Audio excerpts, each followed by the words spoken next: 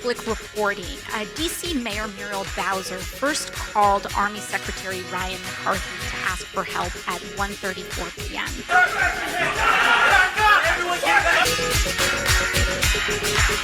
It looks now like the Capitol the police... Yeah, Pete, let me break away from you a second because things are happening very quickly.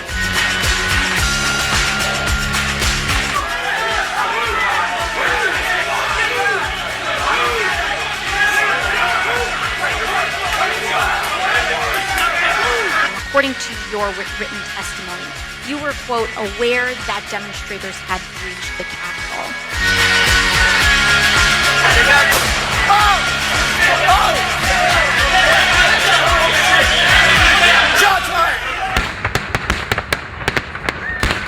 Welcome to Democracy Under Fire, a show that examines the threat to democracy and what people are doing about it. My name is Rich Procida, and I'm the founder of the Truth and Democracy Coalition. Together, we will build a movement capable of saving democracy. I'm an author and writer, podcaster, and I speak and write about religion and politics. I studied law at American University in Washington, D.C., and I focused on constitutional law. I even wrote a book on foreign comparative constitutional law. I've been fighting to save democracy and defending the Constitution with increasing intensity since the Mueller report came out. I've been focused on the threat to democracy, not only posed by Donald Trump, but the threat posed by the massive dissemination of disinformation, lies, half-truths by major media networks, political parties, domestic politicians, and foreign governments. I've come to believe that we need a pro-democracy movement in America capable of bringing tens of thousands of people into the streets. To that end, I formed the Truth and Democracy Coalition. We work with other organizations to build a movement capable of saving democracy, to build the movement to save democracy. Today, we are working with a large coalition of groups, including Public Citizen, Faithful Democracy, and the Declaration for American Democracy.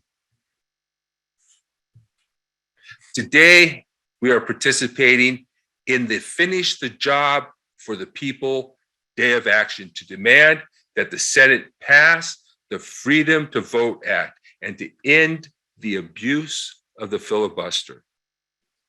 The anti-majoritarian filibuster was meant to be hard to sustain to prevent it from being abused. The filibuster must not be allowed to frustrate the will of the American people, or it must not be used to dash Americans' hope in democracy. On January 6, 2021, the President of the United States incited thousands of his supporters, many of whom came armed and prepared for combat, to march down to the Capitol and fight like hell to stop the certification of the election. He told them some 20 times to fight in his speech. And I want to bring you back to the impeachment trial because I think that we need to see the evidence and remember what happened. And we need to remember every day what happened on January 6th. Here's Rep. Madeleine Dean prosecuting Donald Trump. I know that everyone here will soon be marching over to the Capitol building to peacefully and patriotically make your voices heard. In a speech spanning almost 11,000 words, yes, we did check, that was the one time, the only time President Trump used the word peaceful or any suggestion of nonviolence. The implication of the president's tweets, the rally, and the speeches were clear. President Trump used the word fight or fighting 20 times, including telling the crowd they needed to fight like hell to save our democracy. We know how the crowd responded to Donald Trump's words, and he knew how they responded to his speech. Here is the evidence of how the crowd reacted. We're going to walk down to the Capitol. Yeah!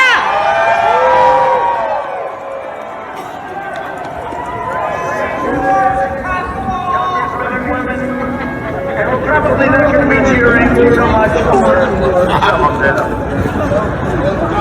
Because you'll never take back our country with weakness. You have to show strength. Yes.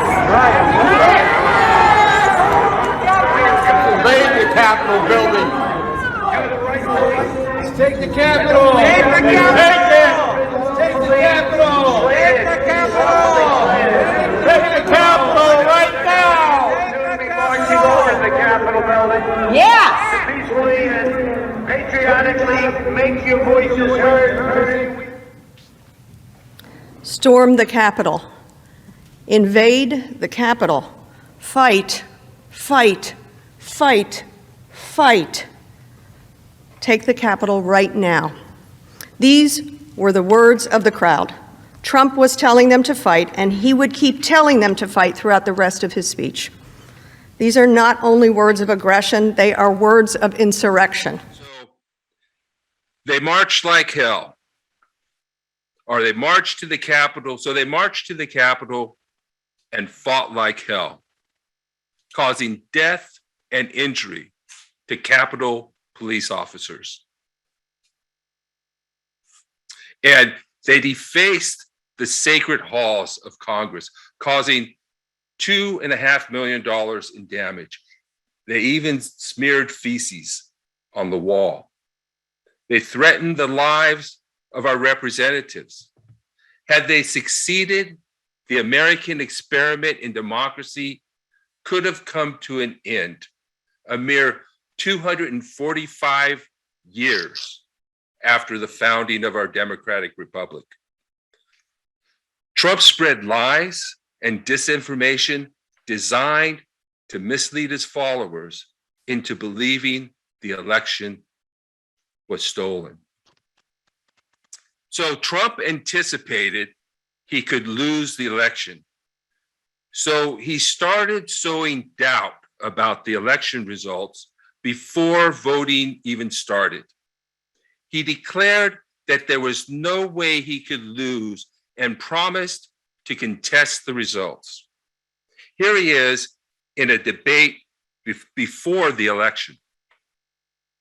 How confident should we be that this will be a fair election? And what are you prepared to do over the next 5+ weeks? Because it'll not only be to Election Day, but also counting some ballots, mail-in ballots after Election Day. What are you prepared to do to reassure the American people that the next president will be the legitimate winner of this election? In this final segment, Mr. Vice President, you go first. Prepared to let people vote. They should go to iwillvote.com, decide how they're going to vote, when they're going to vote, and what means by which they're going to vote.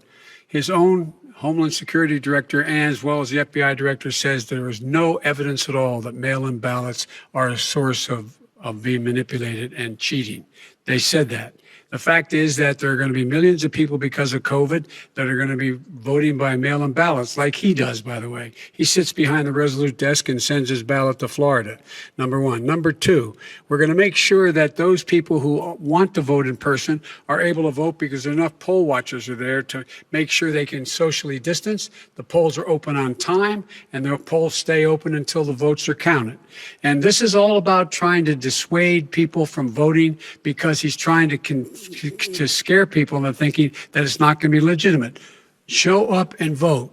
You will determine the outcome of this election. Vote, vote, vote. If you're able to vote early in your state, vote early. If you're able to vote in person, vote in person. Vote whatever way is the best way for you, because he cannot stop you from being able to determine the outcome of this election. And in terms of whether or not when the votes are counted, and they're all counted, that will be accepted. If I win that will be accepted. If I lose, it'll be accepted. But by the way, if in fact he says he's not sure what he's going to accept, well, let me tell you something. It doesn't matter, because if we get the votes, it's going to be all over. He's going to go. He can't stay in power. It won't happen. It won't happen. So vote. Just make sure you understand you have it in your control to determine what this country is going to look like the next 4 years. Is it going to change, or you get 4 more years of these lies? Mr. President, 2 minutes. So when I listened to Joe talking about a transition, there's been no transition from when I won. I won that election. And if you look at crooked Hillary Clinton, if you look at all of the different people, there was no transition, because they came after me trying to do a coup. They came after me spying on my campaign. They started from the day I won, and even before I won, from the day I came down the escalator with our First Lady. They were a disaster. They were a disgrace to our country. And we've caught them. We've caught them all. We've got it all on tape. We've caught them all. And by the way, you gave the idea for the Logan Act against General Flynn. You better take a look at that, because we caught you in a sense. And President Obama was sitting in the office. He knew about it too. So don't tell me about a free transition. As far as the ballots are concerned, it's a disaster. A solicited ballot, okay, solicited is okay. You're soliciting, you're asking, they send it back, you send it back. I did that. If you have an unsolicited, they're sending millions of ballots all over the country. There's fraud. They found them in creeks. They found some with the name Trump, just happened to have the name Trump just the other day in a waste paper basket. They're being sent all over the place. They sent 2 in a Democrat area. They sent out 1,000 ballots. Everybody got 2 ballots.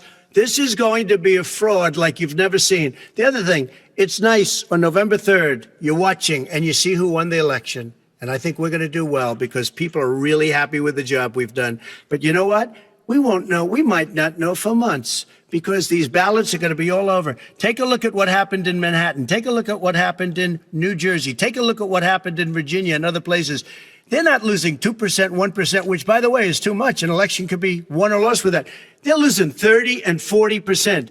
It's a fraud, and it's a shame. And can you imagine where they say, you have to have your ballot in by November 10th.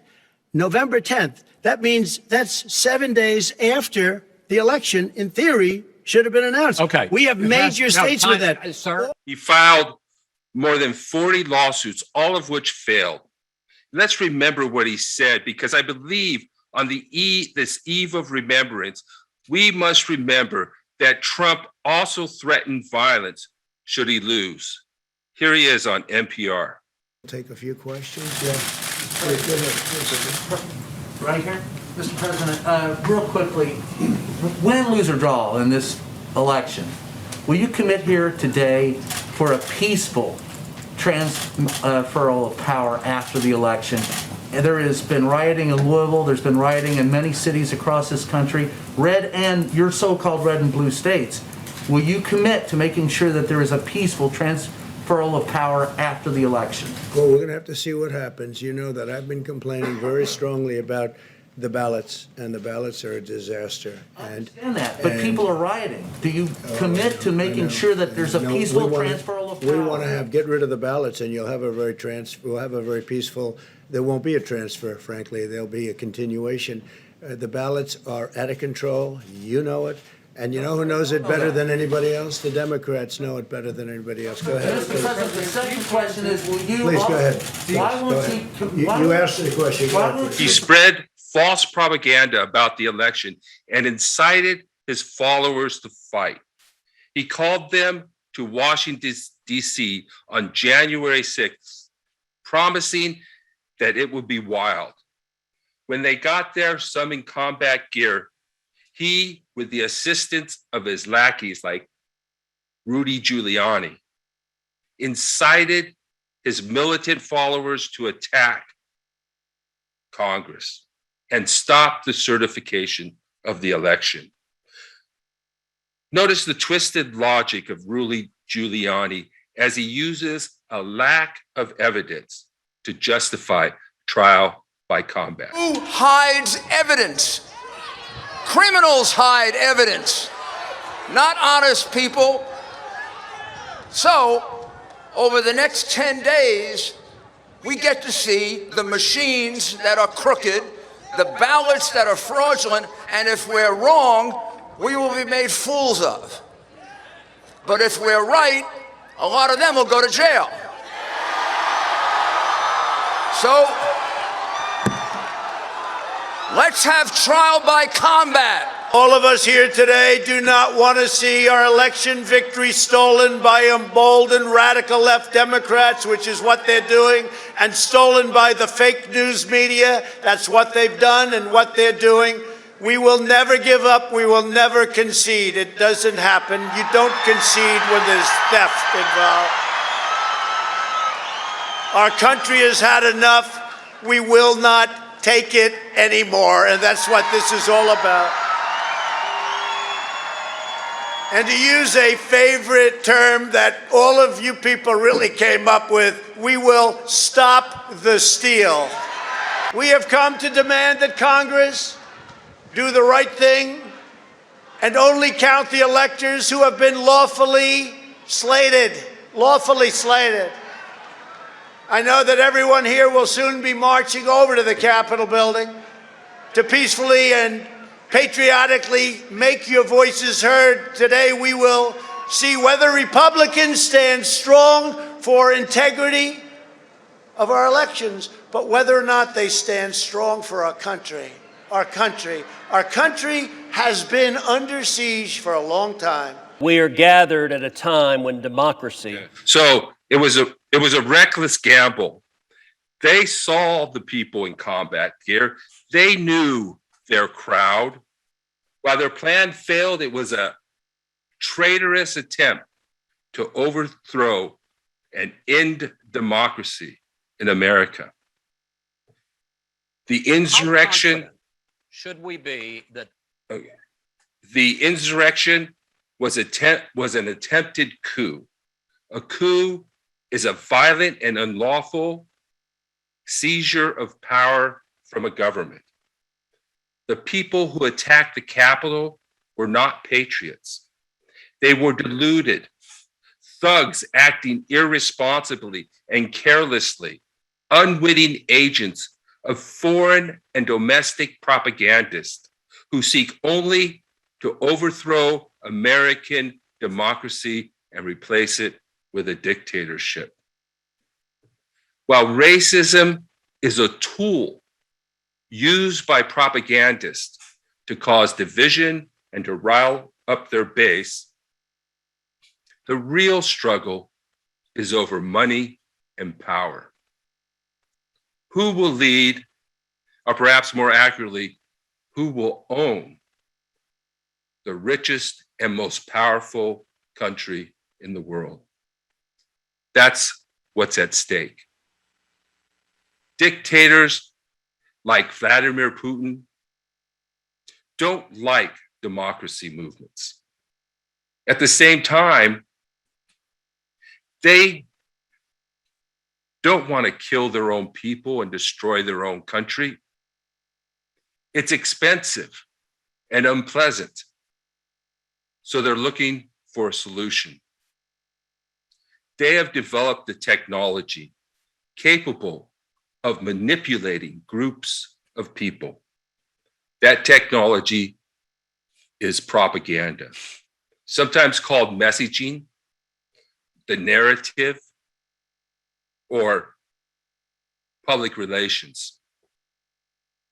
Propaganda is a pervasive and powerful tool to influence attitudes and behaviors. Corrupt politicians disseminate false propaganda to raise money and to take power. The ongoing false propaganda about the election constitutes a direct threat to democracy, an ongoing attempt to overthrow our government. It is currently being used to justify laws restricting access to the ballot that are being proposed across this nation, more than 400 laws restricting access to voting. The coup attempt hasn't ended. It's just changed gears. Only we can defend the Constitution. Only we can protect and fight for our democracy. We cannot put that in the hands of other people or foreign governments or politicians. Corrupt politicians and foreign actors must not be allowed to subvert our elections. We must set national standards to protect every American's fundamental and sacred right to vote. I am excited and very supportive of the Freedom to Vote Act. It takes the best intentions that we have for protecting our democracy and concretizes it, making sure that we have uniform standards across this country so that the quality of our democracy doesn't vary from geography to geography or based on your race. Stacey Abrams' endorsement of the newly revealed Freedom to Vote Act, a bill that now has the unique distinction of full Democratic support in the U.S. Senate, carries immense weight. Here's what's in the bill. It remedies restrictions by enabling all voters to request mail-in ballots and putting in place minimum standards to ensure that drop boxes are available to all voters. The measure also requires states to offer at least 15 days of early in-person voting, to register eligible voters automatically with their driver's license, and to offer Election Day registration. In addition, the bill sets reliable evidentiary standards to constrain the massive voter registration purges that are taking place in states such as Georgia. Crucially, for in-person voting, the bill makes Election Day a holiday. It also targets Georgia's inhumane new legislation that prohibits individuals from providing water or food to voters waiting in long lines. Okay, so it does all of that and more. And so our nation's practice of overthrowing democratic elected governments and supporting dictators has come back to haunt us. Democracy is collapsing worldwide, in part because the United States and other Western countries, rather than supporting democracy, have participated in the overthrow of democratic governments and have supported authoritarian leaders around the world. And we cannot expect to keep our democracy here at home if we continue to undermine democracy abroad. At the same time, we must keep the beacon of democracy lit in America for the sake of democracy around the world. The collapse of democracy in the United States will have disastrous effects on democracy around the world. The Economist magazine has reported that there's been an unprecedented rollback of democratic freedoms over the last year, 2020, coming into 2021, specifically 2020. I believe that the central political struggle in this world is between authoritarian and democratic forms of government. We've had this problem with domination systems and the gap between the rich and the poor since ancient times. For most of world history, people have lived under the rule of tyrants. Democracy will not survive unless we organize and demand it. I decided to commit my later years to this cause because I will not allow democracy to die without a fight. Join me as we engage in the struggle for democracy. So what I'd like to do now is go over some of the Freedom to Vote Act and what's in it that hasn't already been mentioned. It's divided into three parts. It has voter access and election administration, election integrity, there is election integrity in it, and civic participation and empowerment. It sets hours for early voting so that people will be able to access early voting. It puts polling places on college campuses so that young people can vote. It prevents people from having to wait in line more than 30 minutes. It's atrocious all that time. People have to wait in line. They should never have to wait in line for the times that they have to wait in line.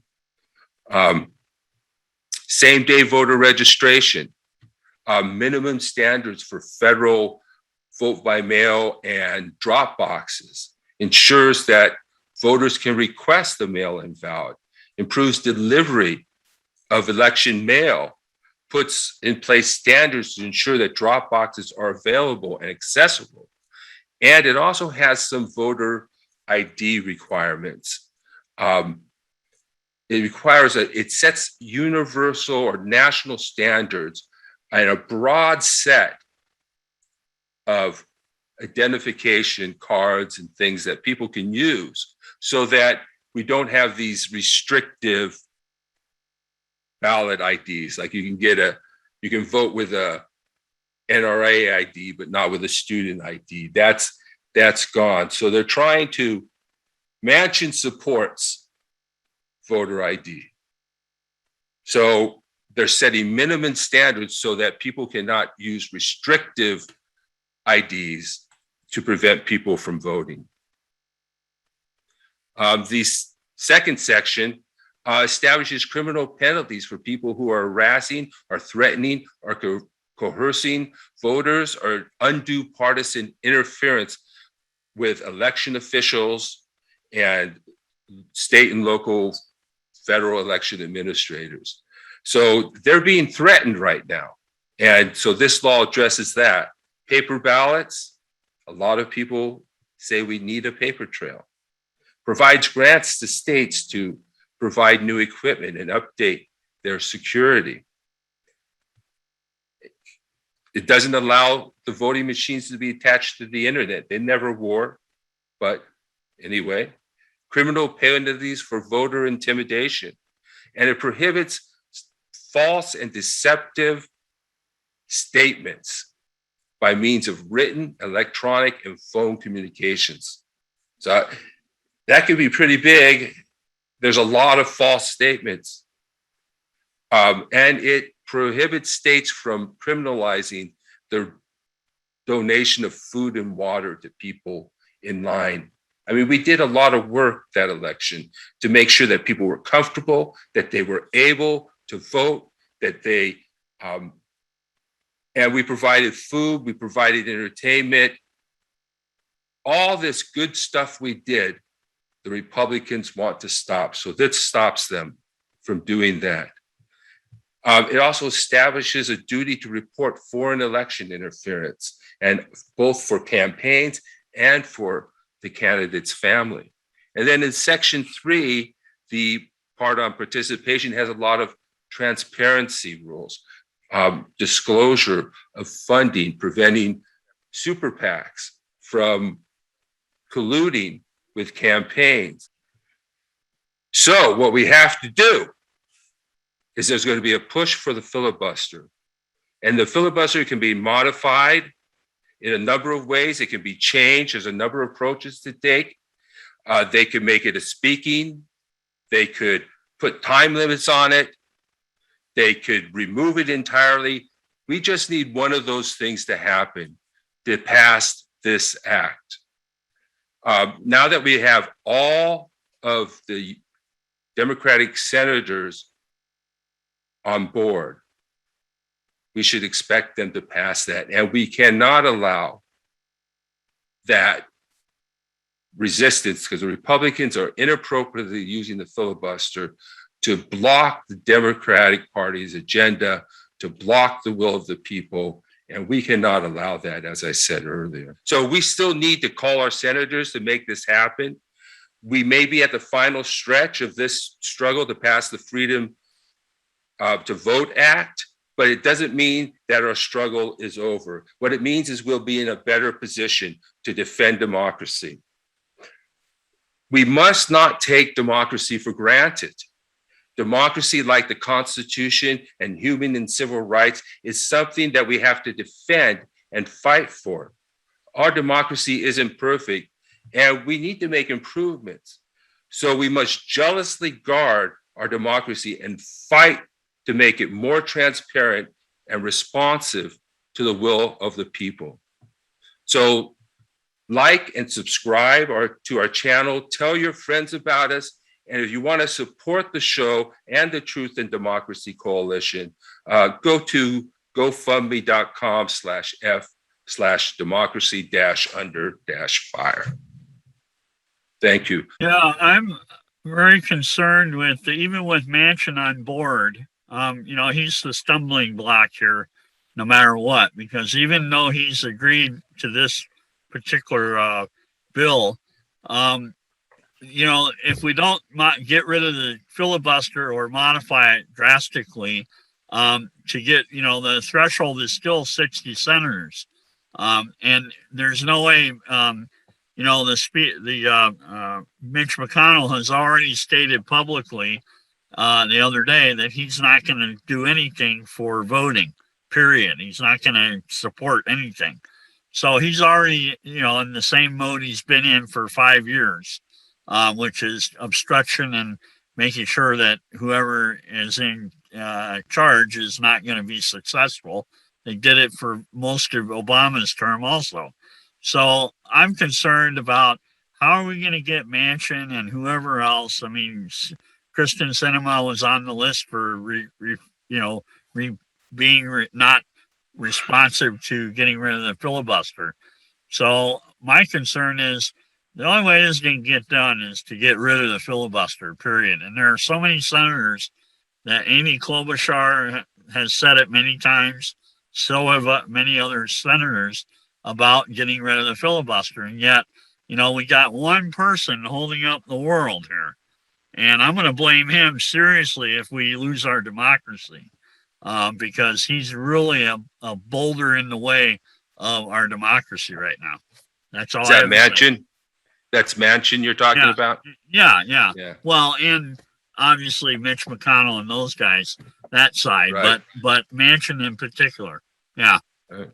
Well, you're welcome. Thank you, Dwight. We do have all the senators on board for this. So I do expect this bill to pass, but there are other bills that have to pass as well.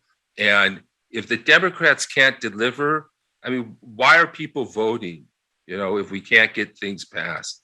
And if we allow these silly rules, anti-democratic, anti-majority, because the Senate's already anti-majoritarian. It has each state gets 2 senators regardless of their population. So we don't need another anti-majoritarian rule on top of that. So, Jeffrey, did you want to say something? Yeah, I wanted to offer that several legal scholars have ventured the opinion that the filibuster may actually be unconstitutional. Yeah, because it's anti-democratic. Okay, exactly. Jacob. It's unconstitutional. And the thing is, it may be a little bit more palatable if it at least gets reformed. A lot of you have seen an old movie called Mr. Smith Goes to Washington, starring Jimmy Stewart.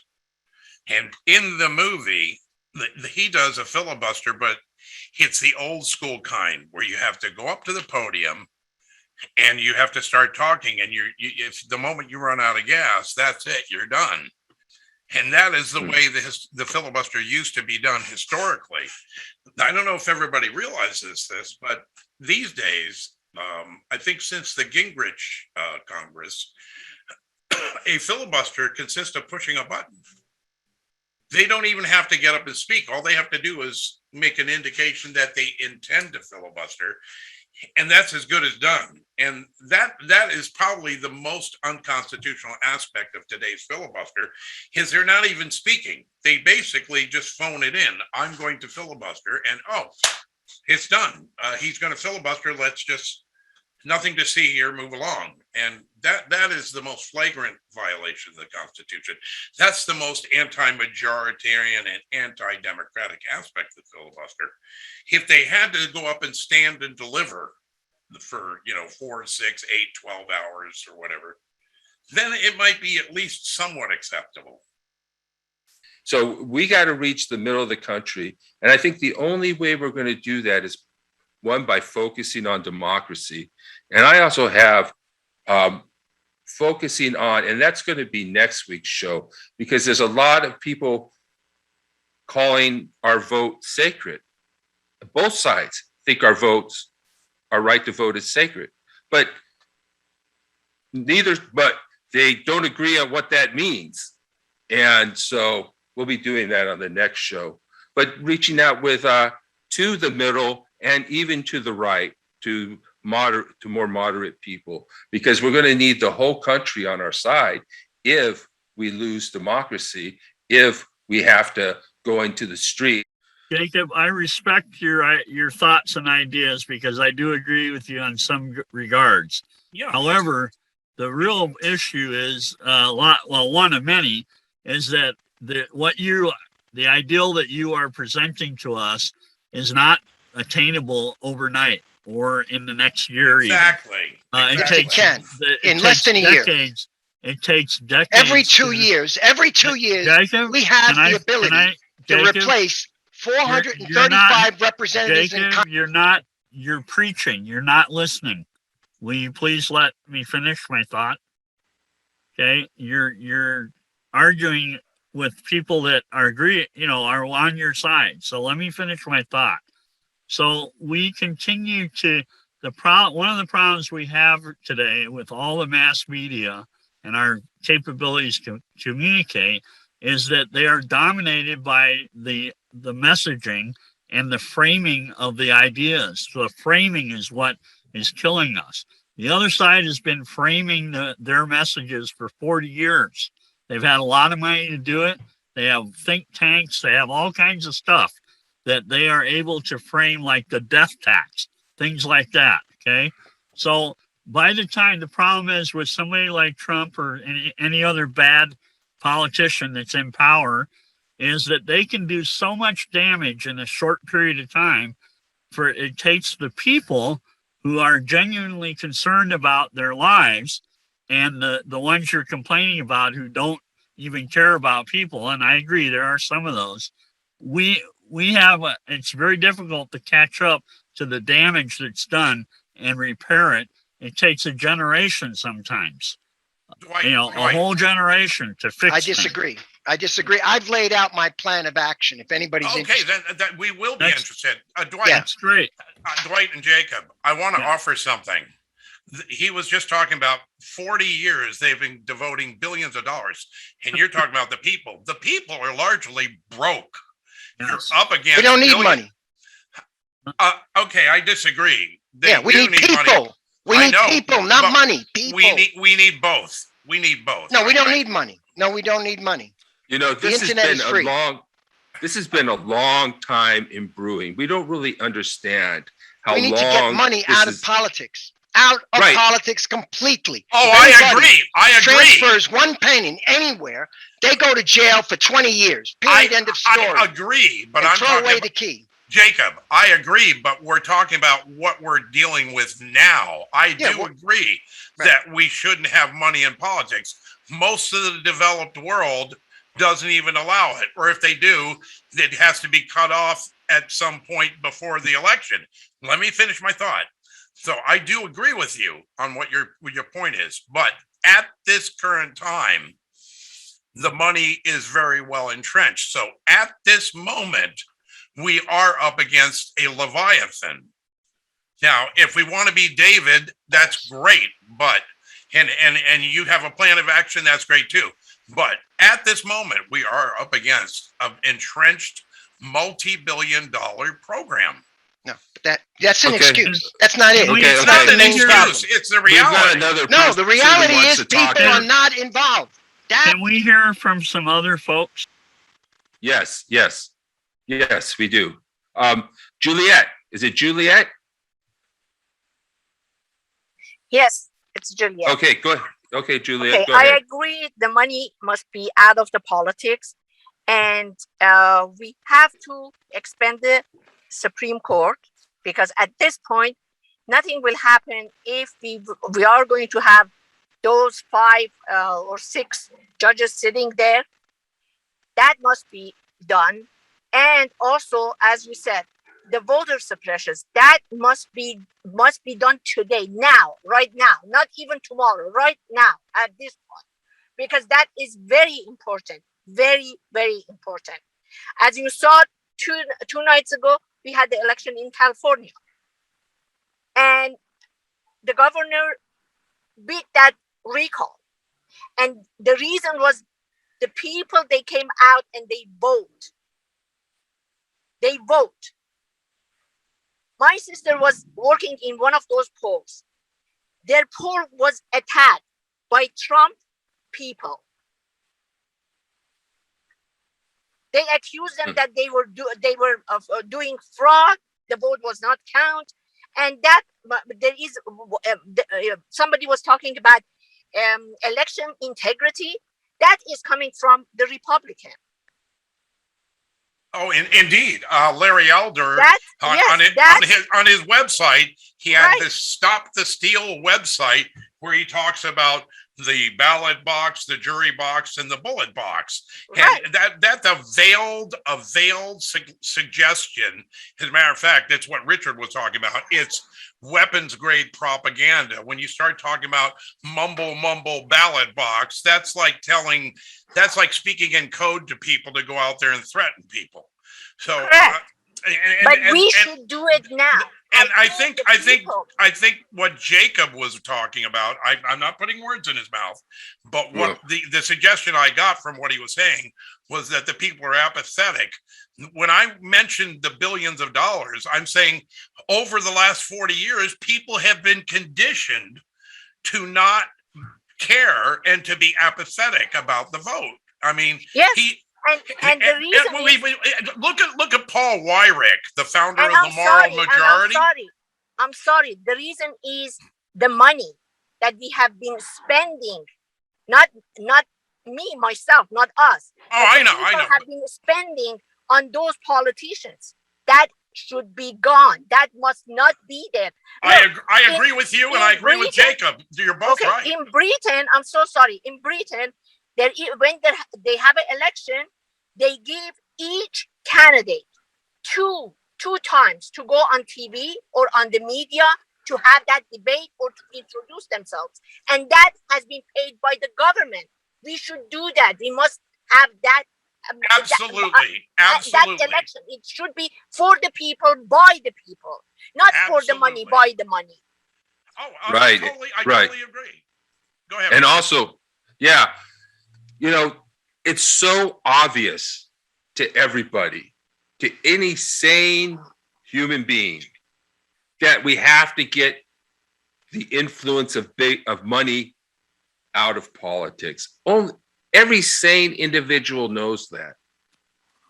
But the Supreme Court has decided to go the other way.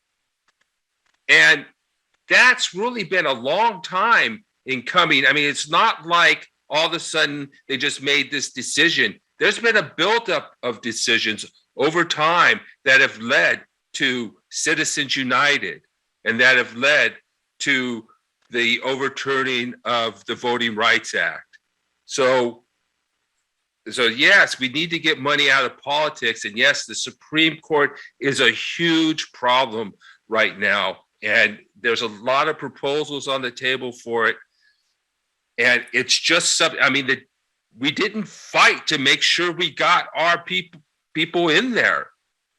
We can't just keep letting the Republicans run over our rights to appoint Supreme Court justices and to pass the legislation that we need. We cannot allow them to do that. That's going right back to what Jake was talking about.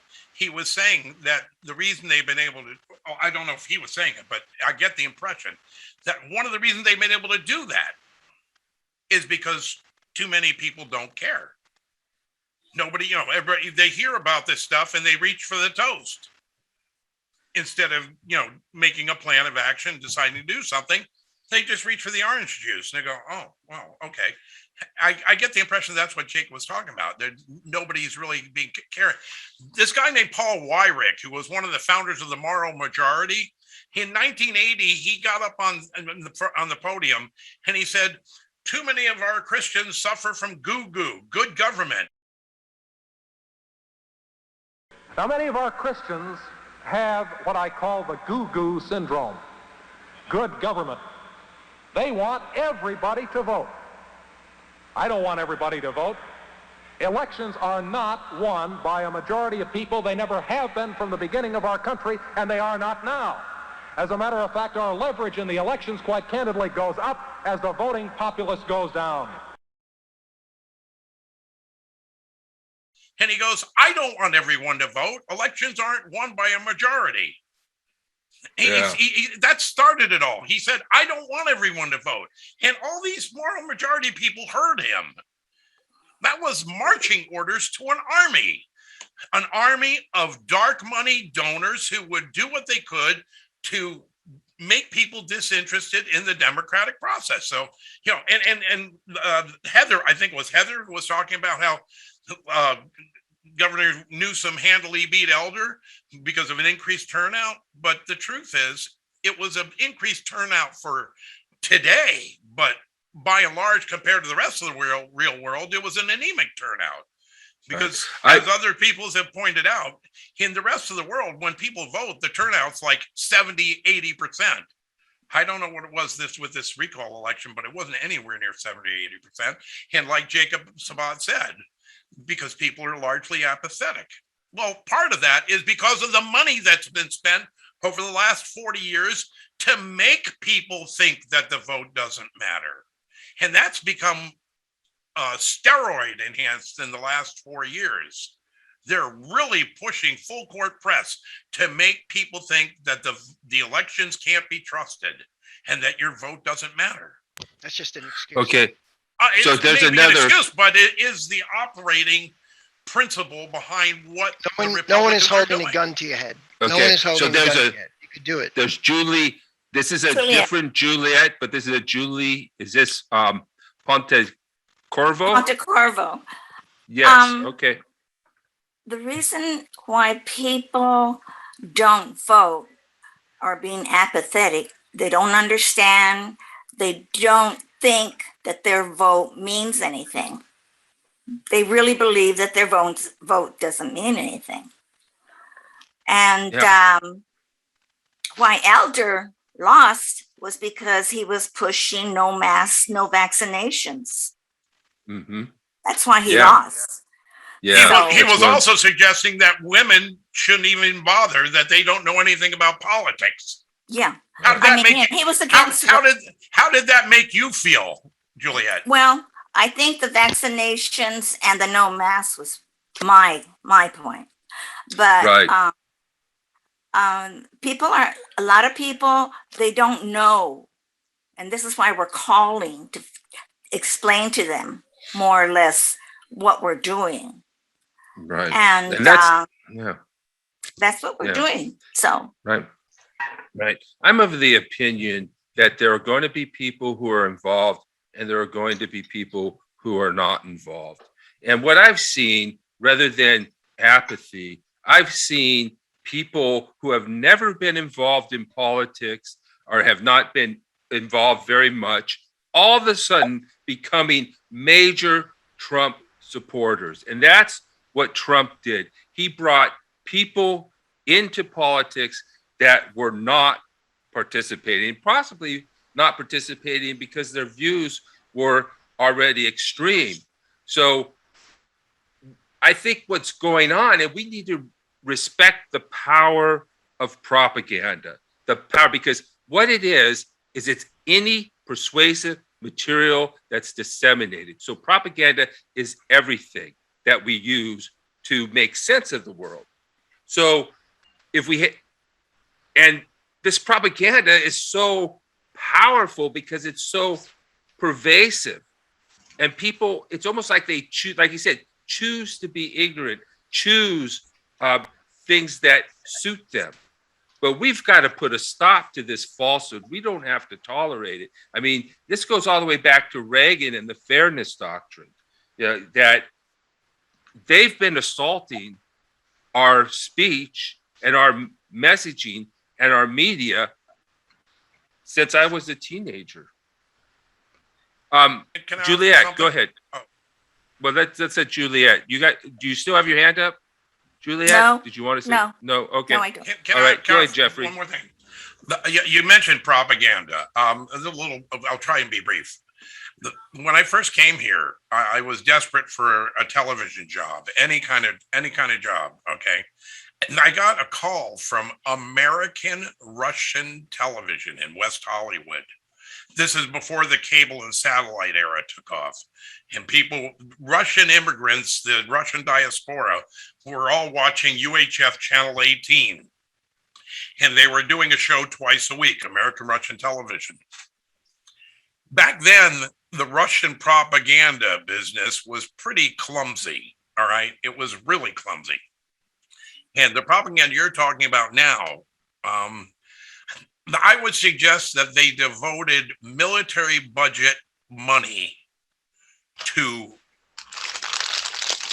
making propaganda much more sophisticated than anything we have ever seen. I mean, they did a moonshot effort at weaponizing their propaganda. So what we're seeing now is a full court press from Putin and his machinery. And unfortunately, a lot of our Republicans have bought into it because they're spending military budget level money. And that's attractive to these people, these Congress critters. That's very attractive to them. And with the money, the dark money rules being as loose as they are, it's not even illegal. You're saying Putin is giving money to Congress people? Is that what you're saying? No, I'm not saying Putin's doing it directly. I'm saying through dark money groups. Indirectly. Yes, indirectly. Of course. You are aware of dark money. You're insane, man. Give me the proof. I want to see the links. Show me the proof. Give me the documents. Okay. I want to see the documents. Okay, that's good. That's good fodder. That is good fodder for another episode. I can't do it in the chat right now. I'm not a magician. We'll just post 3 links. I will. I promise you. That's good fodder for another episode. Maybe we should have you on and we could show you. We could prove it to you. Dark money can come from anywhere. I mean, the Saudis give money to congressmen. The Russians give money to congressmen. Corporations give money. There are almost no rules. What we used to call corruption in the last 5 or 6 years isn't even corruption anymore. It's almost to the point where they have to actually come out and say, I'm going to commit corruption. The dark money rules are almost completely legal. Non-existent. It's legal. That's why Jill That's Stein. what it is. Right. And that's why Jill Stein and Michael Flynn have dinner with Vladimir Putin. Go ahead, Dwight. I just wanted to bring up one other point that I've noticed in the last many years here. I see one of the division factors. There's several that are working toward the division that we're seeing in our country. One of them that's really critical, I believe, is, and I have my own experience at this with my work, my job, is that there's a huge battle going on for the last 20, 30, maybe even 40 years between urban and rural parts of this country. And I see it also in other parts of the world, because the rural populations live generally a fairly stable life, but when economically they can't afford to do that work anymore, and they leave. And I live in a small town now. I've lived in big cities most of my life, and the big urban centers attract people, ideas, diversity, new, universities quite often are there. There's more diverse thinking and thought and people in urban areas. And so I see it in all the states I've worked in. I worked for the Forest Service for 20 years and then an aerospace company before that for 10 years. And what I've seen is when I go to the rural areas, those people are very, very symmetrical. They're all individuals and they're all doing their thing, but all the farmers in Eastern Oregon are mad at the government, okay? All the farmers in Southern Idaho, where I work, are mad at the government. And when you show up, they're mad at you if you have a government vehicle, right? And when I talk to them, their biggest concern is, well, those darn politicians in Boise, which is the state capital, or Portland or Salem here in Oregon. And Oregon's a great example because a lot of rural people have lost jobs in the timber industry and fishing, in some of those traditional, things that brought people out here in the first place. Okay. So, but the urban areas, so Oregon, everybody thinks Oregon's very blue, right? Actually, Oregon is pretty darn red. But it has enough population in the blue centers and same with Illinois, with Chicago, same with Minneapolis, St. Paul. It's the urban areas against the rural areas. And most urban people aren't mad at rural people. It's the other way around. And we even have counties in Southern Oregon and Northern California that want to create the Free State of Jefferson, which is named after Jefferson Davis of the Confederacy. You know, at one time we had 30,000 KKK members in Southern Oregon, where I live right now. I have a guy a mile away flying a Confederate flag and pointing, bad language flags about Biden on his property. So, point being, rural hatred toward urban centers is pretty pronounced right now. So, Deborah, did you want to add something? No, I just regarding the rural versus urban dichotomy. This has always been a problem, and it's one that politicians have successfully used and catered to for years. They would bounce off the concerns of urban citizens against those of rural citizens, and vice versa, as it suits their needs or their political urgency. This is nothing new. They've always tried to divide and conquer. Yep, and that's what they're trying to do now. And the point I want to make about propaganda is that it's everywhere. Just turn on your TV, go to your mailbox, read a newspaper, read a magazine. It's full of propaganda. So in one sense, it demystifies it. It's not something that's in the dark alleyways that's going to jump out and get us. It's very much everywhere. And two, we need to respect the power of propaganda. We need to respect how powerful it is in influencing people. And then we have to decide, of the many things that we can do, what we're going to do about it. And one of the things we're doing is doing this counter propaganda. And I believe that we need to just keep pushing the special committee investigation, because what they're trying to do now is trying to rewrite history, right? Trying to revise history. So our role now is to make sure that they don't do that, that they can't get away with that. We can't become and just sort of say, well, was Jan 6th. That's old news. No, they're trying to change that history, that story about what's happened. And my belief, and part of the reason I'm doing this show, is to keep putting it out there, keep putting it in people's face, keep people seeing and remembering what happened, so that we know that we can't be lackadaisical. Deborah.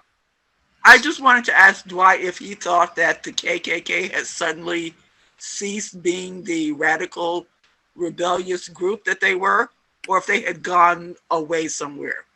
Because they hide under the rocks, and then when the time is right, they show up. They don't hide under the rocks. They don't hide under the rocks anymore. Well, not anymore. That's what I'm getting at.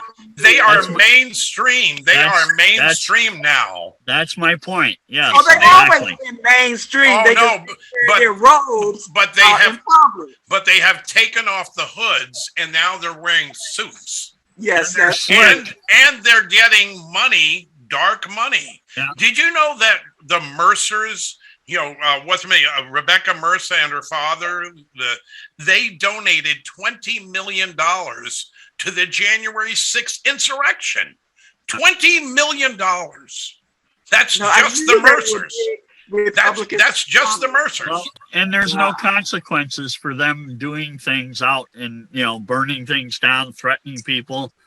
We have some local people here that are on a hate radio. This guy, he lives there in Bandon.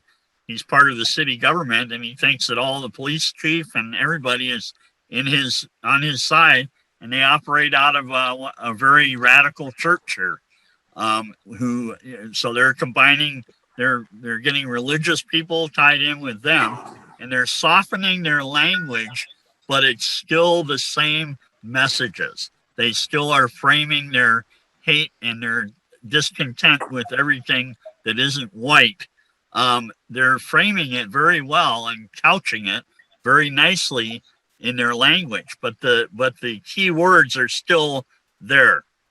What's the right term for that? I'm at a loss, but when you have we hear it all the time on TV about, code, right? Code words. Oh, they're code switching. Yeah, they are very good. They've gotten very good, and there have been some good linguists. Frank Luntz is one of them. I don't know if you've seen some of him, but he's one of them. And if you want a good guy, it's George Lakoff's work on framing. And he wrote the book, Don't Think of an Elephant, in which don't forget Greg Palast. Yeah, yes, right. Yep. Greg Palast. Yeah. And framing is very critical. Actually, by the way, Greg Palast is actually finally getting onto some mainstream media. They're finally giving him a seat because they're realizing he's not just some radical muckraker. This guy's got some incredibly good points. And they're like, wow, maybe we should listen to him a little bit. Finally. I mean, he's been only doing it for 20 years, and they're finally starting to listen to him. So Juliet, Minnie, do you want to speak? The other Juliet? Yes. Okay. Yes. Now, with this group here, are we calling people? Right now, what I'm doing is doing this show where we're asking you to call your senators, and also we want to keep you up to date and informed. There's still a lot of actions going on. But right now, I think maybe she's asking if she can help organize. Yeah, so that would be and there's also a lot of groups. If you want to call people and write letters, Common Cause, Represent Us, we're trying to reach out to the middle of the country so that we can bring the middle of the country in, because right now we have a war between the two extremes, and so we need and. What works for progressives isn't necessarily going to work for moderates. So we're trying to reach out to get those people who may not know, or to get them to see what's really happening. This show is about truth telling, opening people's eyes, making sure that they can see what's going on, giving them information, but also organizing them, bringing together to fight in coalition with a whole lot of other groups. So we're working with other groups in doing this today. And in the future, we'll be doing other things as well. With these calls, I was with another group, and we were calling Arizona for their constituents to call their senator. And she approves of the Voting Act, but she never really, she just approved it, but she never openly said it. So maybe that's what we have to do. We have to go, and also with the Common Cause, they show different states, like some of the middle states. You can call some of those people. You can get on there. Right. Okay, sounds great. Yep. Minna Salian. Juliet Manassas. Yes. Go ahead. Okay. We are calling actually Virginia because they are going to have an election. And we are calling and we are sending postcards to be able to have Democrats to get elected. I don't know if this is going to help. And then also, you were talking about Gavin Newsom. But until today, they have counted those votes. He won by 67%. Yep. This is what I was going to tell. And if you want to do organize anything, would you please let me know?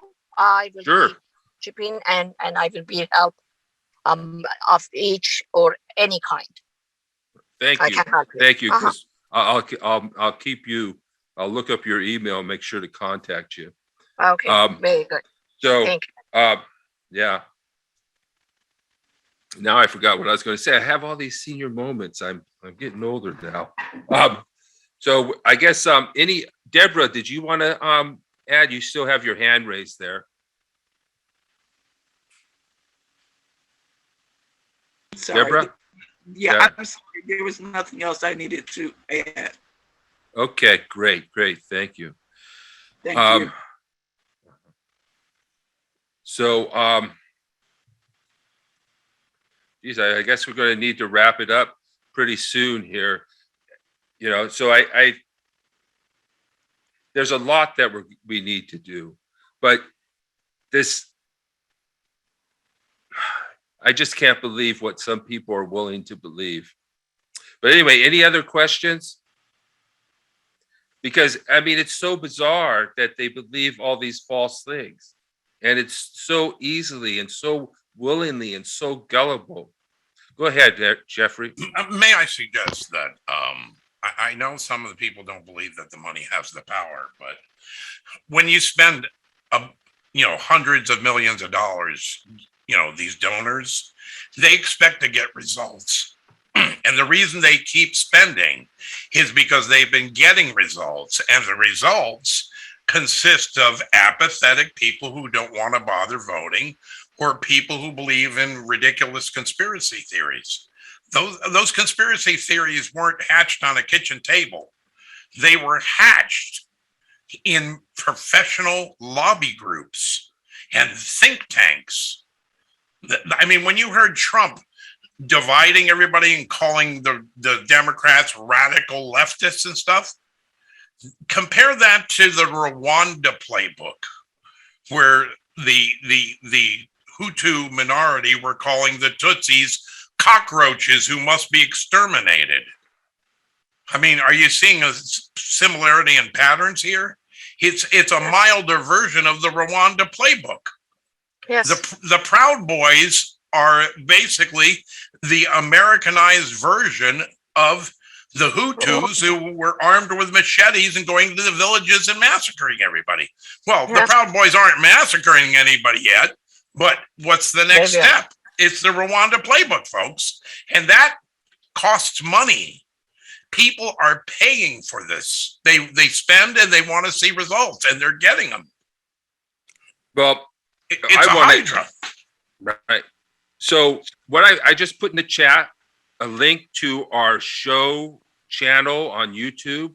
I also, speaking of money, put a link in the chat for the GoFundMe page. We're trying to raise some money so we can do a better job, and also so we can get more equipment, but also so we can distribute it more widely.